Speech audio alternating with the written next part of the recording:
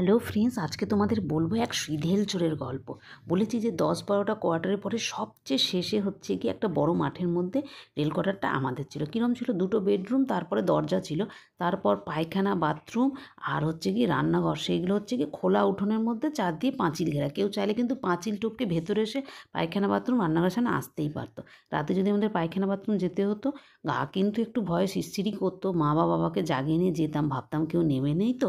তো এরকমই একদিন পূর্ণিমার রাত, চারদিকে আলো ঝকঝক করছে।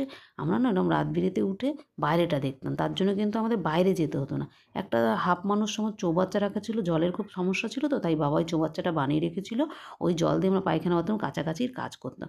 তো ওই উপরে উঠে দেখতাম, কেউ আমাদের দেখতে পেত না। উঠোনে একটা বিশাল বড় পেয়ারা গাছ আর জবা গাছ ছিল। মানে যে এত সুন্দর মিষ্টি গোল ফলন্ত পেয়ারা গাছ, কী বলবো।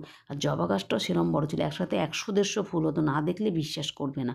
যাই হোক, তো ওই উঠে দেখছি, আমাদের কিন্তু বাড়ি থেকে কেউ দেখতে পাচ্ছে না গাছের জন্য। উঠে দেখি কিছু লোক ওই দূরে প্রথমে কটা কী করছে। বাবাকে ডেকে বললাম, দেখো বাবা কী করছে। আসলে এগুলো ছিল অনেকগুলো চোর, ওরা দাঁড়িয়ে দাঁড়িয়ে তেল মাখছে। বাবা বলছে ওরা তেল মেখে নেয় গায়ে, যাতে কেউ ওদেরকে ধরতে না পারে। তো মানে সে আমরা, তারপর বাবা বললো পালিয়ে আয়। রান্নাঘরের সামনে যা বালতি ফালতি ছিল নিয়ে পালিয়ে এসে দরজা দিয়ে দিয়েছি। বেশ কিছুক্ষণ পর বুঝতে পেরেছি যে ওরা মনে হয় তো ছিঁচকে চোর, এদিক ওদিক যা পায় ঘটি বাটি নিয়ে পালে। আমাদের দেখি একে একে পাঁচিলে উঠছে। বলবো কি ভাই, কি শরীর, যে পেছানো পেছানো শ্রমিকদের মতো শরীর, সারা গায়ে তেল চকচকে মাখা। মানে দেখে তো আমাদের গলা শুকিয়ে কাঠ। আমরা দরজার ফুটো দিয়ে সব দেখতে পাচ্ছি, দাঁড়িয়ে দাঁড়িয়ে দেখছি। একে একে উঠে একজন ওই পাড়ে নেমেছে আমাদের উঠোনে। তখন বাবা সাহস করে বলছে, কী রে, কী চাই, কে এখানে? ওরাও কিন্তু সেই হাঁসুলি ফাঁসুলি হাতে নিয়ে বলছে, কে আছিস, বাইরে আয়, দেখে নিচ্ছি, এরকম বলছে। আমরা তখন অনেক কষ্টে কাশাকাশি করছি, ইচ্ছে করে বলছি, কাকু দেখো কারা সব এসছে, মানে দেখাচ্ছে যে ঘরে অনেক লোক আছে। যাই হোক, মানুষ সজাগ আছে, ওরা আর কী করবে, চিচকে চোর দেখলে তোমার প্রাণ শুকিয়ে যাবে। তো একে একে ধপধপ করে লাফ দিয়ে পালিয়েছিল। এই তো গেল। আর একটা গল্প বলি, এটা হচ্ছে আমার বাবার সময়কার। বা তখন মাটির ঘর ছিল, আর একটাই চৌকি থাকতো বাড়িতে, আত্মীয় স্বজনের চৌকিতে শুতে দিয়ে, বাড়ির ফ্যামিলি অনেক বেশি সব মাটিতে শুয়ে আছে। আর শীত খোঁড়া চোররা কী করতো, শীত খুঁড়তে খুঁড়তে মাটির তলা দিয়ে ঘরে ঢুকতো।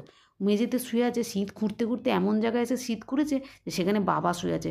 মানে এমনভাবে মাটিটা খুঁড়েছে, বাবার কোমর থেকে পা পর্যন্ত গর্তে চলে গেছে। মানে আর এক কোপ মারলে সেদিন বাবার জীবনটা শেষ হয়ে যেত। মানে ঠাকুরের ইচ্ছায় বেঁচে গেছে। এরকম নানা রকম চোরের গল্প ছোটোবেলায় জানতাম। আমাদের রেলকোয়ার্টে কত রকম যে গল্প হয়েছে, সব বলবো, সঙ্গে থেকো। আর একজন চোরকে দেখেছিলাম, যে জানো তো, আমাদের রেলকোয়ার্টারে ছাগল বাঁধা ছিল, চুরি করছিল। খুব বয়স্ক থুত্রে লোক, পেটের দায়ে হয়তো করেছে, কিন্তু চুরিটা তো চুরি। আর সবাই মিলে দুপুরবেলা ছিল তো, পাড়ার লোক ধরে ফেলেছিল। সেই দাদুটাকে ধরে কী মারছিল তুমি চিন্তা করবে না। এত কান্না পেত না এর। তাছাড়াও আমরা অনেক চোরকে ধরতে দেখেছি। কোনো চোর তো ধরো চুরি করেছে, তাকে বেশ করে পেট ভরে খাওয়াতো, খাইয়ে কি মারতো। মানে ইট দিয়ে আঙুলগুলো পুরো থ্যাথা করে দিত, মুখে দাঁত ভেঙে দিত। মানে ওখানে না আমি দাঁড়িয়ে রীতিমতো আমরা সবাই কাঁদতে লাগতাম, মেয়েরা বাচ্চারা। কিন্তু ওরা না খুব মারতো। যারা ধরো কিছু কিছু লোক এরকম আছে সুযোগ পেয়ে, তারাও কিন্তু মারতো। যাই হোক, চুরিটা তো চুরি, এই কাজ করা উচিত না, সবাই খেটে খাওয়ায় করা উচিত। জানি না সে কী কারণে কোন কষ্টে এই কাজটা করেছিল। তো খুবই খারাপ লেগেছে। এরকম নানা রকম চোরের গল্প বললাম। গল্পগুলো তোমাদের কেমন লাগছে কমেন্ট করে জানাবে, কিন্তু আরও গল্প শোনাবো আমি।